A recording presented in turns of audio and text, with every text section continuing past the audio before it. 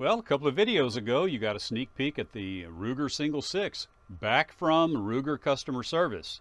And if you'll stick around in a minute, I will give you the full details, at least as far as I know them.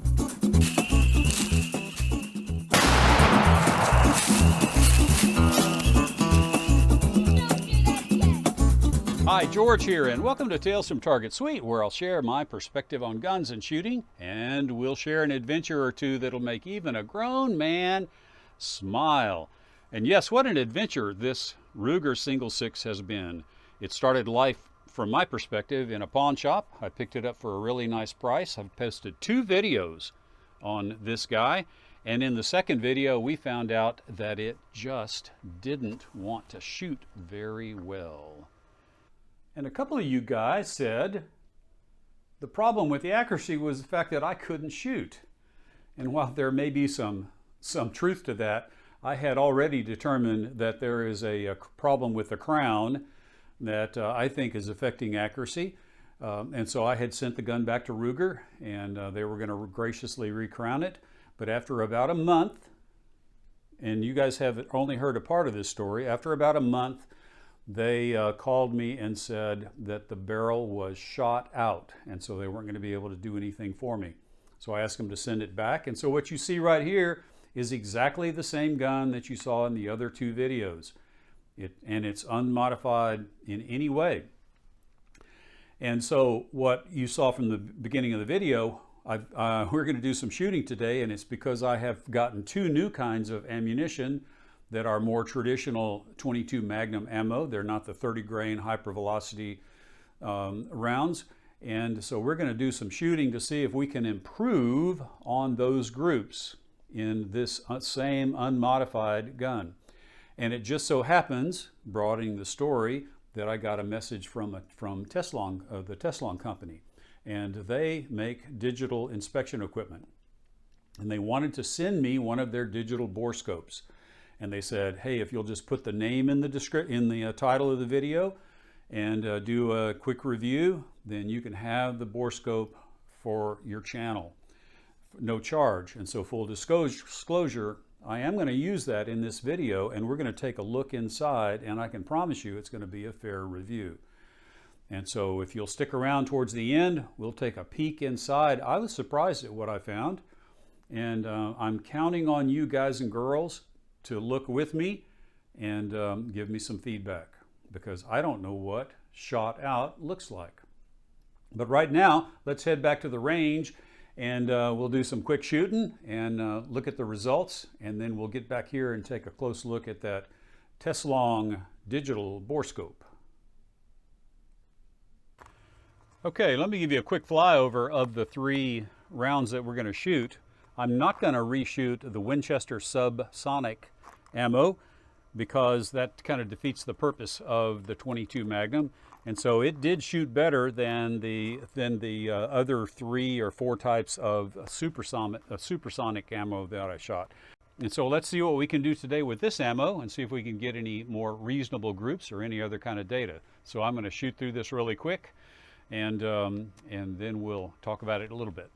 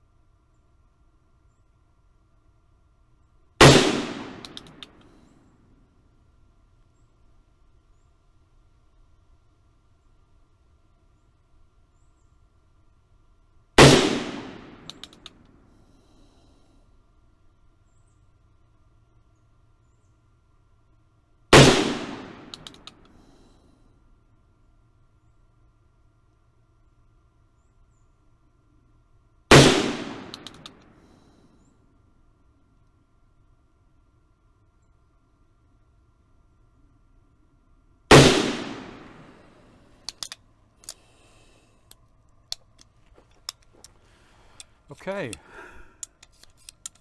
me go pull that target, and then we'll talk about our results.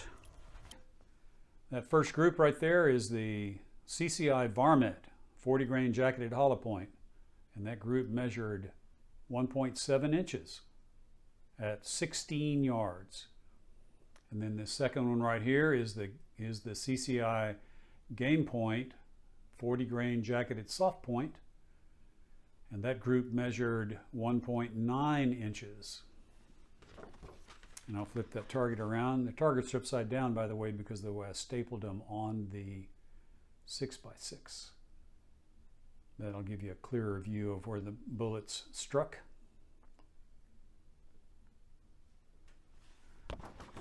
And then here's the third group that I shot. This is the CCI target load, 44, it's half of that. 22 magnum load, 40 grain total metal jacket. And that group would have measured 2.5 inches, but we had an extreme flyer that took the group out to 4.3 inches. And then look at the back of this, and that's a very wide group with not much vertical separation. So one of the other complaints that I had online on the comments was that I was resting the barrel on that front rest, and I was destroying my group size. And I had several guys that commented, and some of them were reasonable comments, including the last one that I got just a couple of days ago. Somebody actually had gone back and watched that video. And but I responded just by saying, I understand, I totally get the resting a barrel on a sandbag, and it's incredibly important with a long barrel if you're doing long range target work, or if you have a thin barrel relative to its length. That's incredibly important. I just never believed that resting a 6-inch barrel on the sandbag, on the barrel of a pistol on the sandbag, would affect very much the group size. And so one thing I did at the last minute, before I had to come quickly, I found out I had a dance recital I had to be at with my granddaughter, and so I rushed to get home, got up in the morning, and very quickly went down to the shooting bench, and I reshot 2 of the groups. Resting, instead of resting the barrel on the sandbag, I rested the grip frame. And I reshot the Game Point and the Varmint, and I actually had to use a flashlight to brighten the target downrange. But there is the Varmint group, 2.25 inches, and the Game Point group, 2.25 inches. And there you have the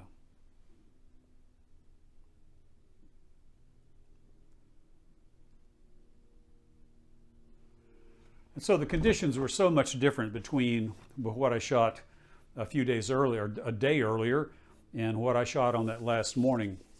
But there's enough information there to tell you that I don't think there is a big difference in at least with that particular Ruger single 6. I don't think there's very much difference whether you rest the barrel on the sandbag or rest the frame on the sandbag. And I did burn a hole in my rear protector bag, trying to prove that point for you guys and girls. But now let's take a closer look at that Teslong Borescope, digital Borescope, the NTG 450H. Okay, well, I'm not going to pretend to do an unboxing because we have already used this guy extensively to investigate what's going on inside the Ruger single 6 barrel. So I won't do an unboxing, but I will say this: it comes in a really neat box, and inside the box there's everything that you see here, which includes the proprietary monitor. This what makes this particular setup the NTG 450H model. Very nice, very sharp image. A little bit finicky when it comes to viewing angle, but it's very handy. And for a boomer like me, doing setup is not my favorite way to spend time. And so once I got this guy charged and turned on, I was able to capture very quickly, able to capture a short video. I took out the included 32 gig micro SD card, which goes in this slot right here, plugged it into my computer. My computer recognized it, no formatting necessary. I was able to drop it into my DaVinci Resolve editing software. No problems there, and everything worked perfectly. And here is the USB-C charging port. So, like I said, from someone who doesn't like to tinker with hardware to get it to work, this guy came ready to work out of the box. If you don't want to use the monitor, it does come with a cable that you can screw in right here. This unscrews. You can screw this cable in, and then this plugs directly into your computer, and that works as well. And then I believe this is actually a rheostat that controls brightness of the image on your computer. So the unit does come with 3 mirrors, and I'll show you this guy first. This is the one that we used for all the work that you're going to see here in just a minute. And let me turn it off.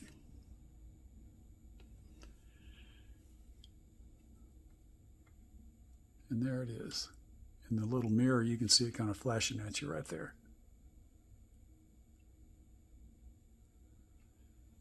So that one is on a steeper angle, laid down angle, has the red cap. I'm not really sure why that has a red cap on it, other than to distinguish it from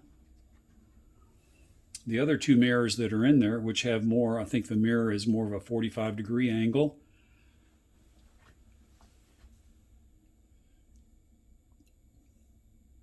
But you can see they screw on to the end of the borescope. And then you screw farther or less far in order to focus. That's how you focus these. And then there's a tiny collar on the end of the borescope itself that locks the mirror in place. Those are the charging cord, simple little manual. And like I said, from a guy like me who doesn't like to have to fidget with hardware, this guy came ready to play right out of the box.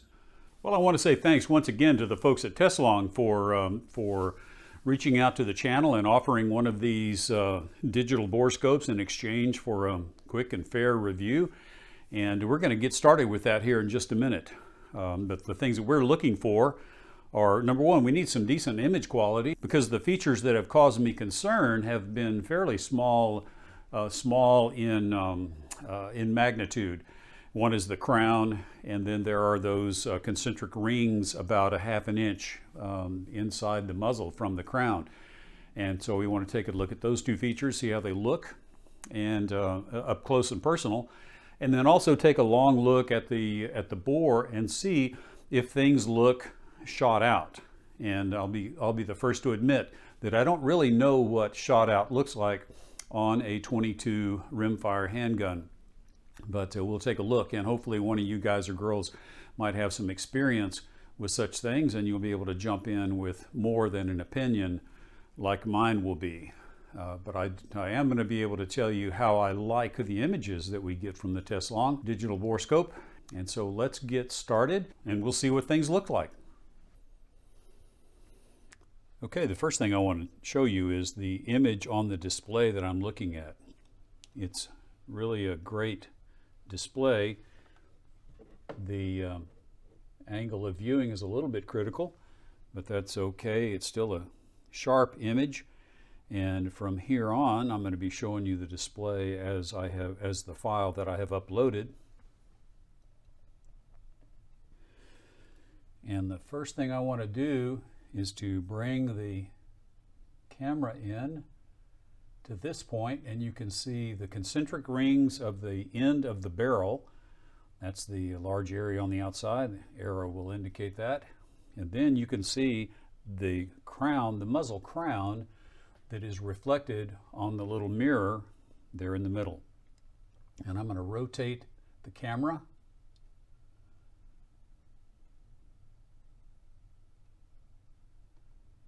And so that is about the smallest that the crown gets right there.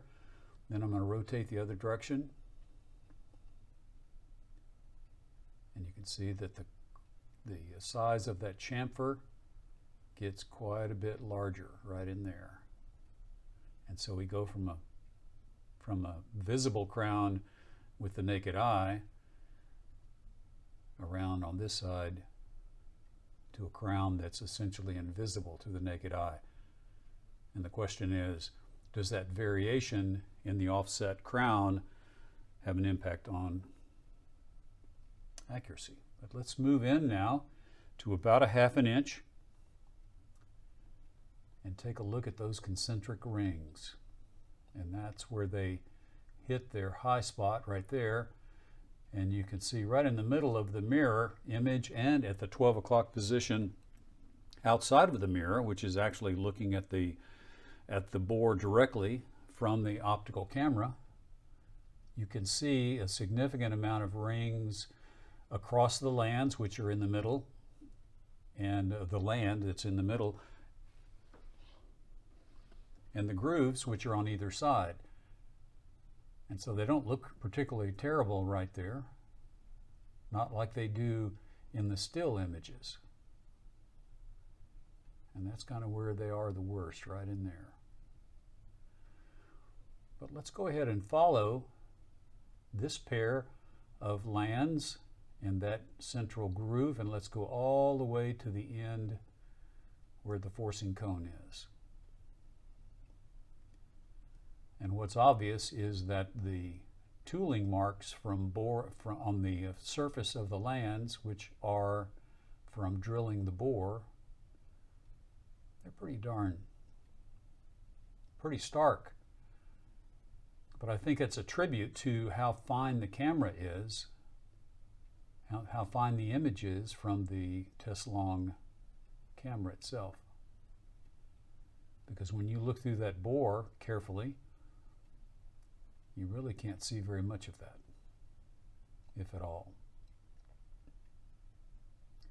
And you can see that the surface of both the land and the groove are reflecting light, so they're fairly shiny.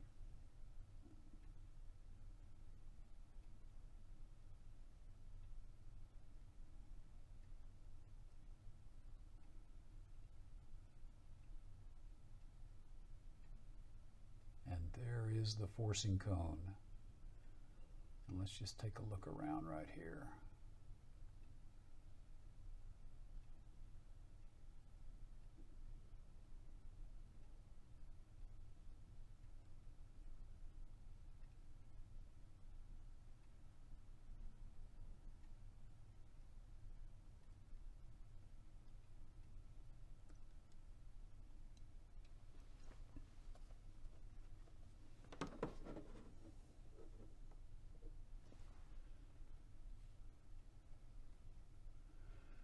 Okay, I don't see anything there that's unusual.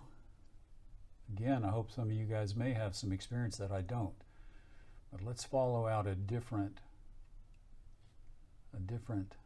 pair of lands and a different groove.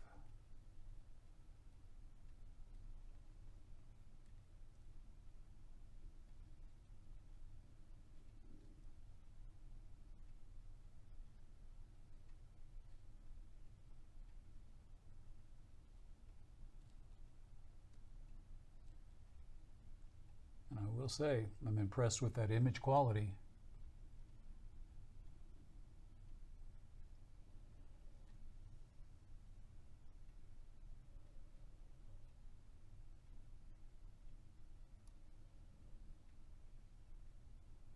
I think what you see there is a little bit of copper fouling in those tooling marks.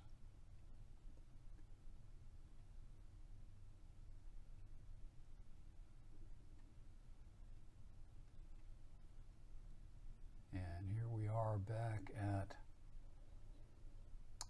the muzzle. Well, I'm impressed both with the quality of the images from the Teslong Borescope, and also I think I'm impressed with the quality of that bore. It's a little bit rough in general, I mean with a lot of machining marks, but I don't see, when I say impressed, I mean that I don't see any indication there from my perspective, from my amateur perspective, that the barrel is shot out.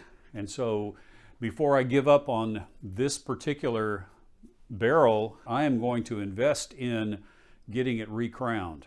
And if that doesn't work, then I have plan B.